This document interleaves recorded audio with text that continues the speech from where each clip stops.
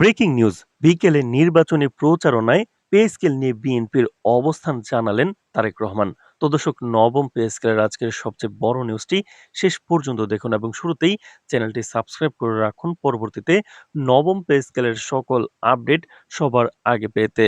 তো দর্শক, বিকেলে নির্বাচনী প্রচারণায় সরকারি চাকরিজীবীদের বহুল আলোচিত পে স্কেল ইস্যুতে বিএনপির স্পষ্ট অবস্থান তুলে ধরলেন দলের চেয়ারম্যান তারেক রহমান। সাম্প্রতিক সময় পে স্কেল রিপোর্ট জমা, গ্যাজেট প্রকাশ এবং নির্বাচনকালীন সময় বেতন কাঠামো কার্যকরের আলোচনা যখন সর্বত্রই রাজনৈতিক ও সামাজিক আলোচনার কেন্দ্রবিন্দু, ঠিক সেই প্রেক্ষাপটেই তারেক রহমানের বক্তব্য নতুন করে আলোড়নের সৃষ্টি করেছে। তো দর্শক, তারেক রহমান বলেন, সরকারি কর্মকর্তা ও কর্মচারীরা রাষ্ট্র পরিচালনার অন্যতম গুরুত্বপূর্ণ অংশ। তারা শুধু প্রশাসনিক কাঠামো চালনা করে না, বরং দেশের সার্বিক সেবা এবং জনগণের দৈনন্দিন জীবনে সরাসরি প্রভাব ফেলে। তাদের ন্যায্য বেতন, জীবনমান এবং ভবিষ্যৎ নিরাপত্তা নিশ্চিত করা যেকোনো নির্বাচিত সরকারের প্রথম ও প্রধান দায়িত্ব হওয়া উচিত। তবে তিনি স্পষ্ট করে বলেন, নির্বাচনকালীন সময় হঠাৎ করে পে স্কেল কার্যকর করা বা গ্যাজেট প্রকাশ করা গণতান্ত্রিক শিষ্টাচার ও প্রশাসনিক নীতিমালার সঙ্গে সামঞ্জস্যপূর্ণ নয়।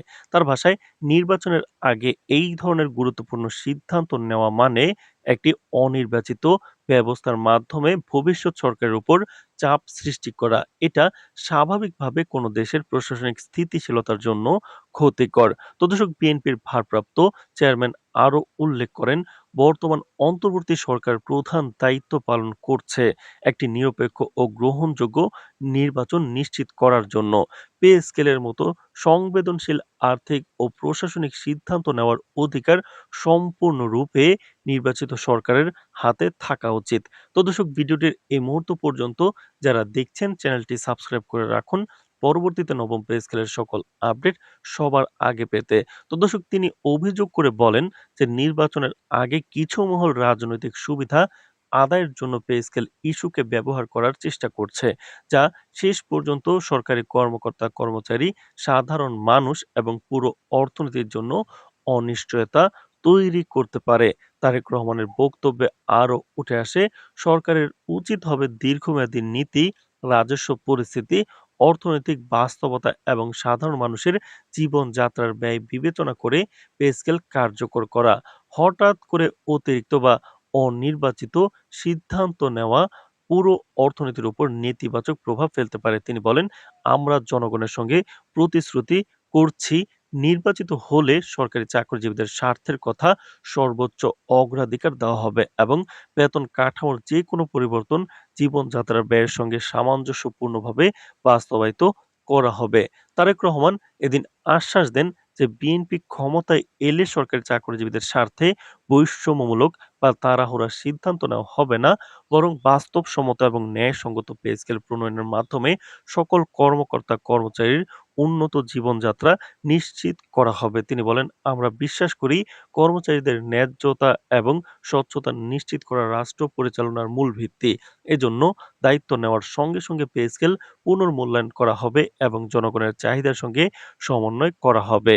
প্রচার সভায় তার বক্তব্যের সঙ্গে যুক্ত হয়ে রাজনৈতিক বিশ্লেষকরা বলছেন, তারেক রহমানের মন্তব্য শুধুমাত্র কর্মচারীর স্বার্থের প্রতি মনোযোগ নয়, বরং এটি সরকারের দায়িত্ব ও নির্বাচনী নীতি সংক্রান্ত একটি স্পষ্ট বার্তা। বর্তমান অর্থনৈতিক পরিস্থিতি, মূল্যস্ফীতি, কর রাজস্ব আদায় এবং সাধারণ মানুষের জীবনে প্রভাব বিবেচনা না করে তাড়াহুড়ো করে গ্যাজেট প্রকাশ করা হলে তা সমাজে অনিশ্চয়তা দেখা দিতে পারে।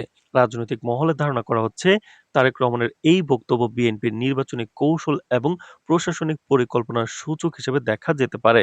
তো দর্শক, ভিডিওটির এই মুহূর্ত পর্যন্ত যারা দেখছেন চ্যানেলটি সাবস্ক্রাইব করে রাখুন পরবর্তীতে নবম পে স্কেলের যে কোনো গুরুত্বপূর্ণ আপডেট সবার আগে পেতে।